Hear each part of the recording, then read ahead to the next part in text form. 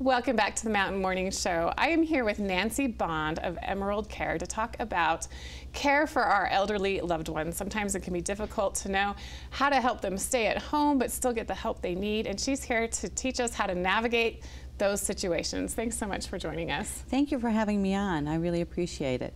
So tell me a little bit first about your background and what made you decide to go into elderly care. Well, it's kind of an interesting story. I worked at a nursing home through high school in the kitchen and the dining room, and I got to know a lot of the residents, and obviously they're older. And from there, it was fabulous developing these relationships.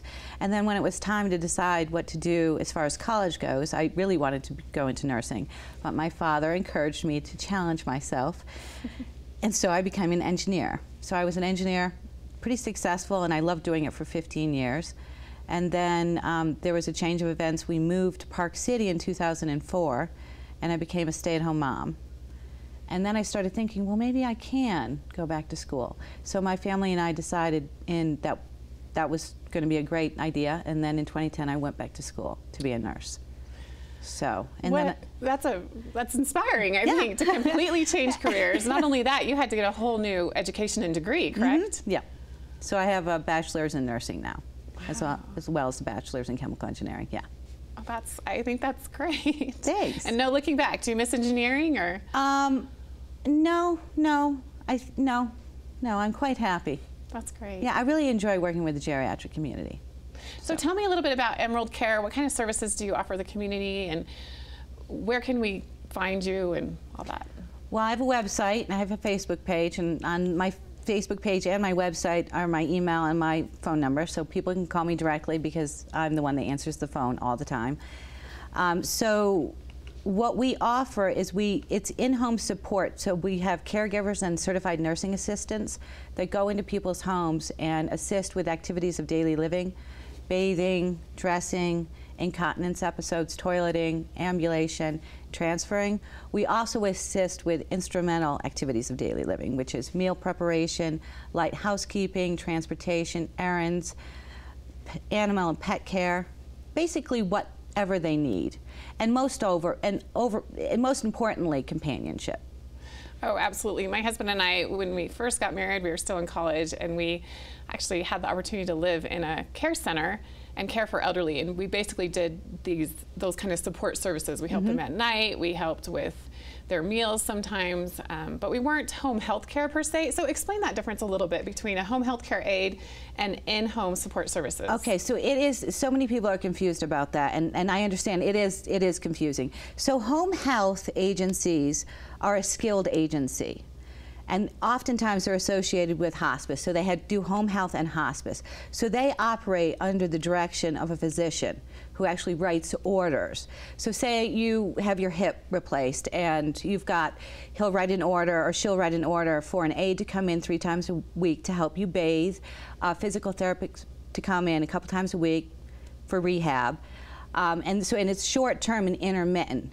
With a personal care agency, which is what Emerald Care is, we operate under a plan of care which the client, the family, and Emerald Care put together. So what services do you need? How often do you need them? You know, Monday we're going to go in and we're going to do this. Tuesday we're going to do this. And then, so I would send an aide in 2 to 24 hours a day based on whatever the plan of care is. And the other difference is that home health and hospice are covered by Medicare, Medicaid, and other insurance companies.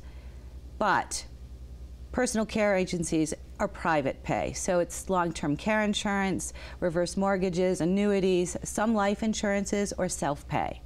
So that's one of the main differences. Yeah, that's really interesting. So you guys provide kind of these assistantship services. You'll transport them to appointments, maybe even do their grocery shopping. Do you prepare meals? Yes, of course.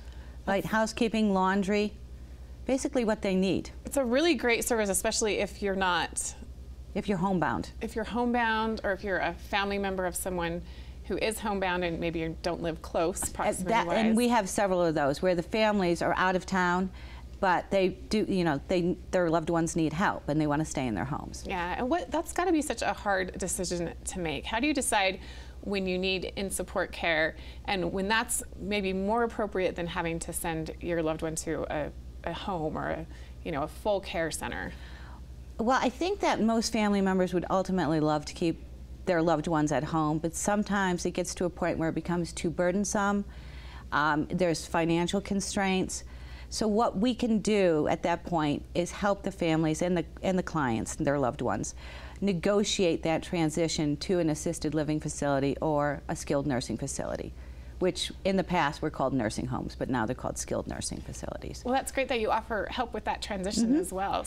Well, I can do that because I'm an RN and I've worked in several assisted living facilities. I've never worked in a skilled nursing facility, but I can help negotiate it because it's scary and so many people don't understand how to negotiate it. So I can help with that. That's a good point. It is scary and it's hard, and I think sometimes it's hard for the older individual to accept help. Do you find that to be the case? Yeah, so then that gets a little tricky, so we have to tread very delicately there.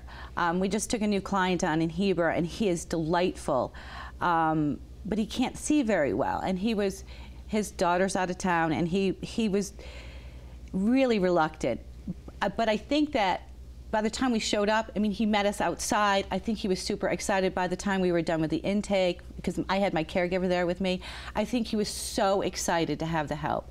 And just like they were setting up the schedule by the time I left, she called me afterwards. And yeah, it was beautiful to watch. And I think it's important to point out that you guys will do as little or as much as needed. So exactly. Even if it's just, maybe they just need rides or just a little bit of help, you'll go in for an hour or two?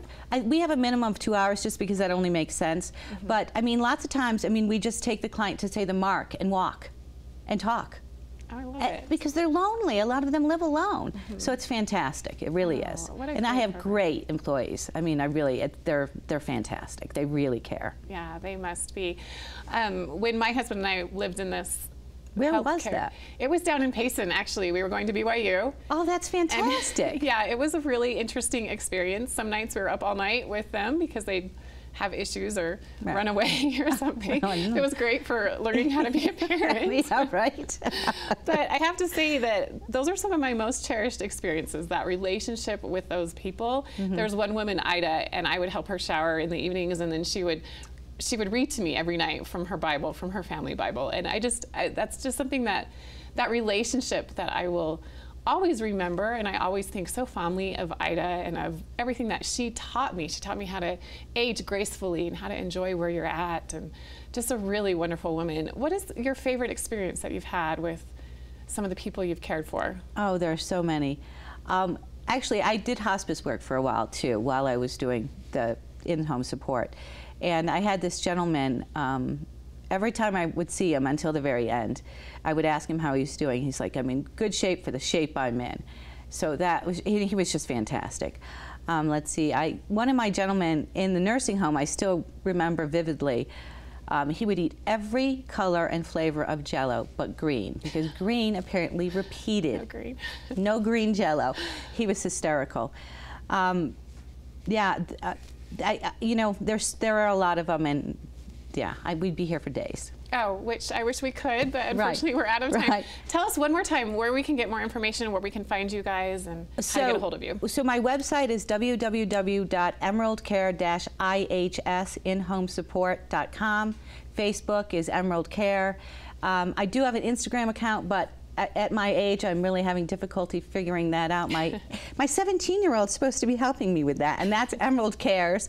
And then on all of those things, you can find my email address and my phone numbers. Great. Well, it's been a pleasure talking to you. Thank you so much for talking with us and sharing your experiences. And thank you for having me on. Business. All right. So if you are worried about an elderly loved one who is living in this area, don't hesitate to reach out to Emerald Care. Nancy Bond is a great staff, great people who are willing to help your loved one, regardless of if they need a couple hours or a little bit more. So we want our elderly loved ones to feel healthy and well, and I hope that you'll reach out to them if you need that. All right, we have much more coming up on the show right after this quick break. Please stay tuned.